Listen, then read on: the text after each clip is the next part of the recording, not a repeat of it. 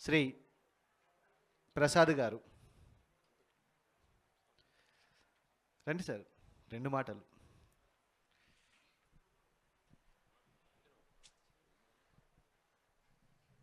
సమావేశానికి విచ్చేసిన పెద్దలందరికీ నా నమస్కారాలు.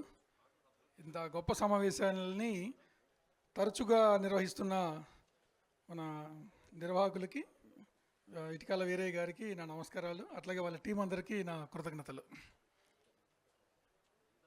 యాక్చువల్గా ఇది మనకి పోలీస్ శాఖ నుంచి కూడా ఉన్నారు కాబట్టి నేను విన్న ఒక మాట చెప్తాను. ఈ క్రైమ్ లిస్టులో కనుక లిస్ట్ అవుట్ చేస్తే, క్యాస్టుల వారీగా కనుక లిస్ట్ అవుట్ చేస్తే, కేసులు పెట్టేవాళ్ళు, కేసులు పెట్టించుకునే వాళ్ళ లిస్టులో అట్టడుగు స్థానంలో ఉండే కులం మన కులం అని చెప్తారు. వివాదాలకు దూరంగా ఉండేటువంటి ఒక అందరికీ సమాజంలో థ్యాంక్ యూ, అందరికీ తలలో నాలుగులా ఉండేటువంటి కులం మనది. ఇది కేవలం కులం మాత్రమే కాదు, ఇది మానవ జీవన పరిణామ క్రమంలో మానవ మనుగడకు బాటలు వేసినటువంటి అతి కొద్ది కులాల్లో ఒక కులం కుమ్మరి కులం. ఈరోజు ఈ పాత్రలు ఏదైతే ఉన్నాయో అది కేవలం పాత్రలే కాదు, ఒక గుండు సున్నానే కాదు, అది ఆర్యభట్ట కాదు కనిపెట్టింది, అంతకుముందే మన కుమ్మరివారు కనిపెట్టారు. ఈ సారె నుంచి, ఒక మట్టి నుంచి ఒక ఇటుకలు తయారు చేయటం కానీ, లేకుంటే పాత్రలు, మానవాళి భోజనం చేయటానికి పాత్రలు తయారు చేయటం కానీ, మానవాళి మనుగడకు ఉపయుక్తమైనటువంటి, మానవ చరిత్రలో ఉపయుక్తమైనటువంటి ఒక కమ్యూనిటీ అనేది శాలివాహన కమ్యూనిటీ, కుమ్మరి కమ్యూనిటీ. మనకి దేవాలయ నిర్మాణాలు ఎట్లా ఉంటాయి? ఒక యజ్ఞశాలలాగా ఉంటాయి. పూర్వం దేవాలయాలు లేని రోజుల్లో భగవంతుడికి అర్పించే అర్పణలన్నీ కూడా హోమశాలలో వేసేవాళ్ళు, ఆ హోమ గుండంలో వేసేవాళ్ళు. ఆ హోమ గుండం ఎలా తయారైంది? మట్టిని నీటిలో కలిపి ముద్దలుగా చేసి, ఆ ముద్దల్ని వరుసగా పేర్చి ఒక ఆవాసంలా ఏర్పాటు చేస్తే, ఒక గుండంలా ఏర్పాటు చేస్తే, అందులో వేసే సమిధలు కానీ, అర్పణలు కానీ, ఆద్యం కానీ మంత్రయుక్తంగా చేసేటువంటి విధానం మనందరికీ తెలిసి ఇప్పుడు మనం చూస్తున్నాం. అలా చెయ్యటానికి ఆ హోమగుండాన్ని మట్టితో పిసికి చేసిన వాళ్ళు ఎవరు? కుమ్మరి వాళ్ళు. కుమ్మరి వాళ్ళకే అర్హత ఉంటుంది. మట్టి నీటిలో తడిపాడంటే వాడు కుమ్మరివాడు అయి ఉంటాడు. అటువంటి గొప్ప కులం మనది. ఇక మొల్ల రామాయణం చూస్తే,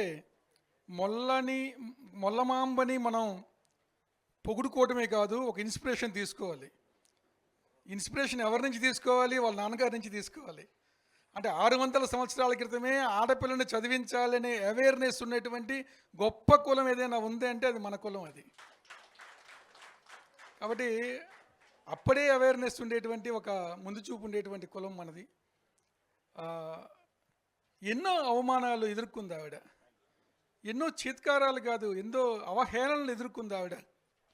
తను చదువుకొని, సంస్కృతం నేర్చుకొని, దాన్ని సరళమైనటువంటి భాషలో, తెలుగులో రామాయణం రాస్తుంటే, రామాయణం యొక్క గంభీరాన్ని నువ్వు తగ్గిస్తున్నావు అని చెప్పి ఆమెని అవహేళన చేసి బయట పక్కకు పెట్టే పరిస్థితి ఏర్పడినప్పుడు కూడా, అర్థం కాని సంస్కృత పదాలు ఎందుకు, అందరికీ తేలిగ్గా అర్థమయ్యేటువంటి భాషలో నేను రాస్తాను అని చెప్పి ఒక రెవల్యూషన్ తెచ్చినటువంటి, ఒక మాతృభాష మీద ఒక రెవల్యూషన్ తెచ్చినటువంటి వనిత మొల్లమాంబ. తన జీవనోపాధికి ఏం చేస్తారండి కుమ్మరి వాళ్ళు? కుండలు అమ్ముకుంటారు. కుండలు అమ్ముడుపోతే ఆ కోడి పెట్టనో దేన్నో పెట్టి ఏదో ఉంటే అమ్ముకుంటారు, అంతే కదా. ఒకసారి ఒక సంతలో కూర్చొని తను ఏదో 4 కుండలు పెట్టుకొని, జీవనోపాధి కావాలి కదా, కవిత్వం రాస్తే డబ్బులు ఎవరు ఇస్తారు? ఇప్పుడు కూడా ఇవ్వట్లేదు, అప్పుడు అసలు ఎవరు. అందులో రాజుల దగ్గరికి వెళ్ళి వాళ్ళని ఆశ్రయించి, వాళ్ళని పొగిడి, వాళ్ళని కీర్తించి, ఆయన్ని, వాళ్ళ భార్యని, వాళ్ళ పిల్లల్ని పొగిడితే అగ్రహారాలు అవన్నీ వచ్చేవి. ఎవరికి వచ్చేవి? అగ్రవర్ణాల వాళ్ళకి వచ్చేవి. కుమ్మరివాడిని రాజస్థానాలకు ఎవరు పిలుస్తారు? కుమ్మరివాడు చెప్తే ఎవరు సహిస్తాడు? ఒకవేళ చెప్పి ఒకవేళ రాజు అనుగ్రహం కలిగితే మాత్రం ఎవరు పడనిస్తారు? ఇప్పుడే జరగట్లేదు, అప్పుడేం జరుగుతుంది కనుక. కాబట్టి జీవనోపాధికి ఆమె ఏదో చిన్న కోడి పెట్టుకొని ఆ కుండలు పెట్టుకొని అమ్ముకుంటా ఉంటే, బహుశా శ్రీనాథుడు అనుకుంటాను, ఆ నెల్లూరు వైపు ఆయన ఎక్కువ ఉండేవాడు. ఆయన వచ్చి ఆమెని ఆ కోడి పెట్టనిస్తావా, లేదా ఆ పక్కనే ఉన్న సాక్కునే కుక్కనేదో ఉంటే ఆ కుక్కనిస్తావా, లేదా పెట్టనిస్తావా అని చెప్పి ద్వంద్వార్థం మాటల్లో ఆయన మాట్లాడితే ఆ గొప్ప హృదయం. మామూలుగా అయితే పరాక్రమమైన ఉండేటువంటి స్త్రీలు కనుకైతే కోప్పడతారు, సున్నితమైన హృదయం ఉండే స్త్రీలైతే ఏడ్చేస్తారు. కానీ ధీర వనిత మొల్ల నేను నీకు అమ్మనురా అని చెప్పిందట. అందుకే నెల్లూరు స్త్రీలని నెరజానలు అంటారు కదా, ఆ నెరజానలు అనే పేరు రావటంలో మొల్ల కూడా ఒక కారణం. అటువంటి మహనీయులు పుట్టినటువంటి ఆ కులంలో, ఆ వృత్తిలో పుట్టినటువంటి మనందరం ధన్యజీవులం. అటువంటి వాళ్ళని ఇన్స్పిరేషన్గా తీసుకొని మనం ఇటువంటి కార్యక్రమాలను తరచుగా పెట్టుకోవటం. అట్లాగే ఈ మధ్య తరచుగా కొంచెం అవేర్నెస్ వచ్చింది. మొల్లమాంబ విగ్రహాలు ఎన్నో తయారవుతూ ఉన్నాయి, ప్రతిష్టాపనలు జరుగుతూ ఉన్నాయి.